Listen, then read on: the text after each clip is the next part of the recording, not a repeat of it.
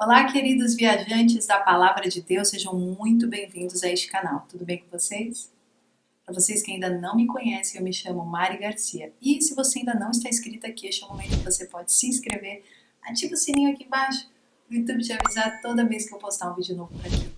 Me segue lá nas minhas redes sociais, eu vou deixar aqui embaixo para vocês. Vai ser um prazer falar contigo. E deixa suas dúvidas, seus comentários lá, que sempre que possível, eu prometo, eu vou tentar responder vocês.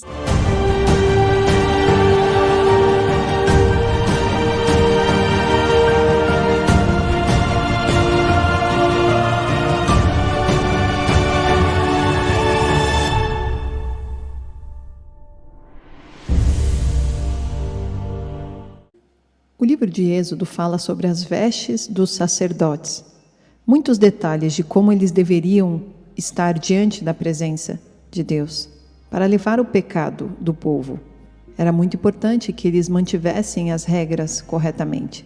Eles utilizavam uma coroa e na testa precisava estar escrito Santidade ao Senhor.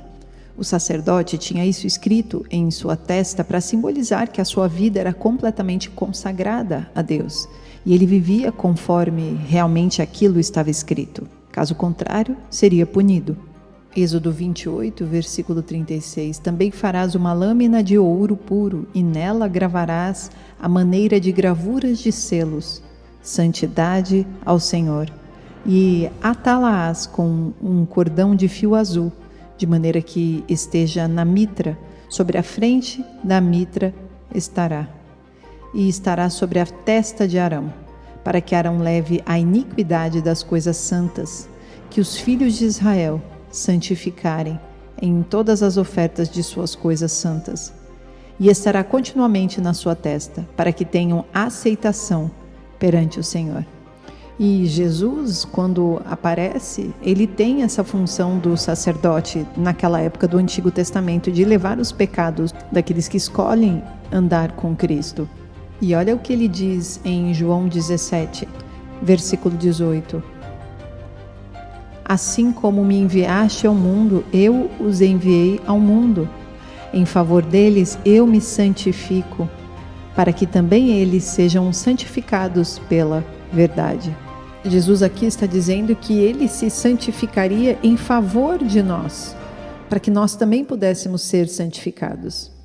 E a pergunta que nós temos que nos fazer é: nós, como pais, estamos nos santificando diante dos nossos filhos?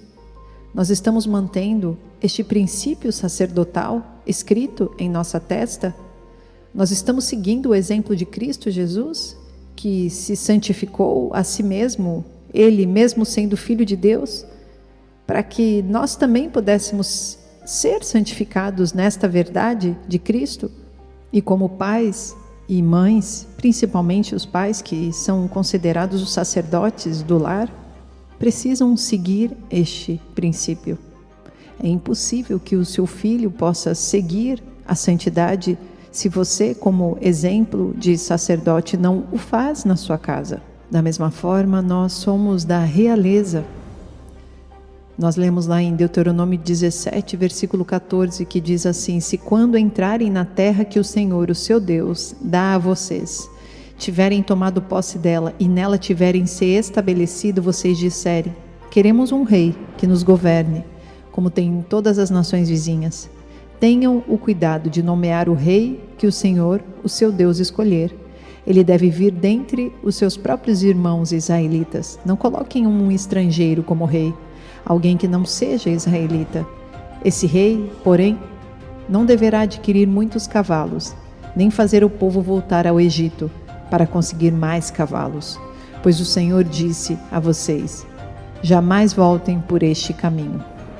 E aqui, quando nós vemos sobre cavalos, para que este rei não esteja multiplicando para si mesmo os cavalos, nós estamos falando aqui de uma simbologia com as coisas do mundo, as coisas que não são de Deus, a maneira do mundo fazer as coisas. Então você deve se perguntar se dentro da sua casa, diante dos problemas e das dificuldades, você multiplica cavalos ou você segue dependente na vontade de Deus? E o Senhor está dizendo que o rei não deve multiplicar cavalos, porque não é o cavalo que vai dar a vitória, é o Senhor quem pode dar a vitória. Salmo 20, versículo 7, uns confiam em carros, outros em cavalos, mas nós faremos menção do nome do Senhor nosso Deus. Uns encurvam-se e caem, mas nós nos levantamos e estamos de pé. Você tem confiado em cavalos na sua casa com seus filhos? Você tem sido referência para eles daquele que confia em cavalos e carros? Ou você tem sido referência daquele que depende do Senhor? Você sabe que muitos dos filhos que estão perdidos no mundo é culpa dos próprios pais. Meninas envolvidas em sexualidade antes da hora e meninos envolvidos em violência, matança e tudo que não tem nada a ver com Deus. Cavalos que entraram dentro de casa, de alguma forma, por algum canal. E é claro que as influências também são externas, mas precisamos abrir os olhos e estar atentos a tudo o que os nossos filhos estão manipulando sem a nossa supervisão, antes que seja tarde. E aonde os seus olhos não podem chegar, nem as suas mãos, ore que o Espírito Santo possa chegar e retirar tudo aquilo que não vem da vontade dele. A oração tem poder. Muitos pais acabam iniciando os seus próprios filhos no pecado da sexualidade, do engano, da mentira, da traição, da maldade. Isso tudo por não confiar em Deus. Permite que cavalos entrem na sua casa. Então, em primeiro lugar, em Deuteronômio, o rei não deveria multiplicar cavalos. Em segundo, não deveria levar o povo de volta ao Egito. Você tem levado o seu filho de volta para o Egito? Ou você tem mostrado para ele a terra prometida? Você leva seu filho para o mundo ou você leva seu filho para o Senhor? É uma ordem expressa dada aos reis. Não é para voltar para o Egito. O que nós fazemos dentro de casa, o que eu faço dentro de casa, levo meu filho para o mundo ou para Deus? Deuteronômio 17, versículo 17, tampouco para si multiplicará mulheres, para que o seu coração não se desvie. Aqui mulheres está apontando para idolatrias, está apontando para ídolos na sua própria casa. E quando nós falamos de ídolos, não estamos falando de estátuas apenas, estamos falando de coisas que colocamos acima de Deus, que idolatramos em nossa casa. Os filhos vão replicar a mesma coisa. Será que você tem multiplicado ídolos na sua casa que desviam o coração do Senhor? Pode parecer difícil ouvir esta mensagem, mas analise o seu coração. Ore junto com o seu esposo, ou o pai do seu filho, ou a mãe do seu filho. Ou você muda agora, ou você não conseguirá acordar a próxima geração, modificar a geração que está fadada ao engano, à apostasia, ao desvio de valores e princípios de Deus. E depois só nos restará o desespero, o choro, a tristeza e a frustração da perda dos nossos filhos. Precisamos lutar por eles, hoje e não amanhã. E continua o versículo 17, dizendo, nem prata nem ouro multiplicará muito para si. E aqui está dizendo sobre buscar apenas as riquezas deste mundo. A riqueza que devemos dar valor em nossa casa é a riqueza do reino dos céus.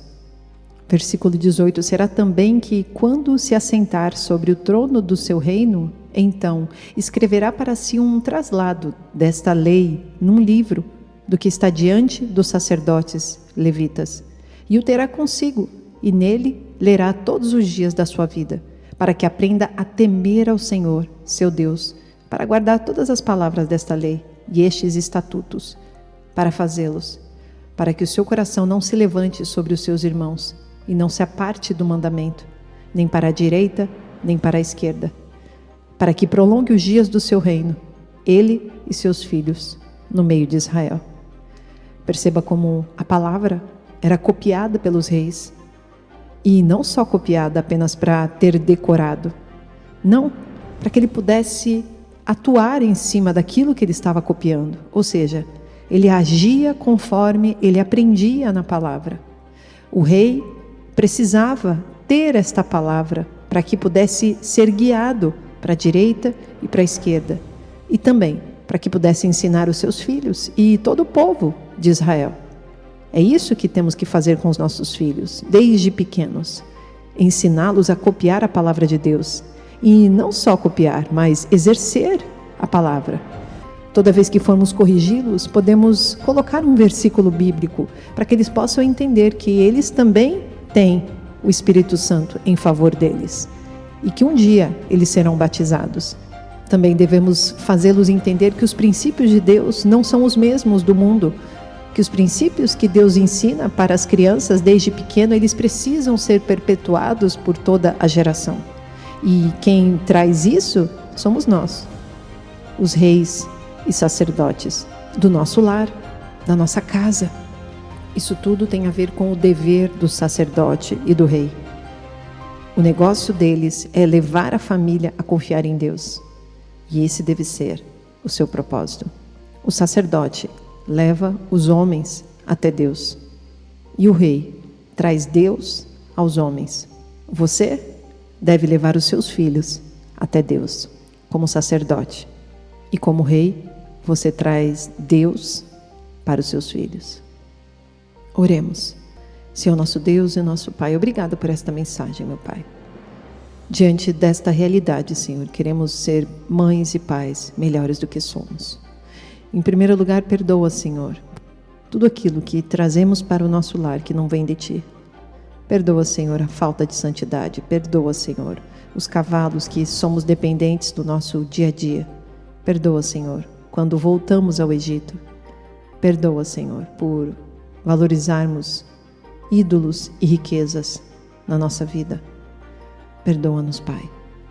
Nos ensina, Deus, através do Teu Espírito Santo, toca cada um daqueles que estão ouvindo esta oração agora, meu Pai. Pais e mães, ou responsáveis por filhos, que possamos todos seguir a Tua vontade, meu Pai. Que possamos realmente ser reis e sacerdotes em nossa casa.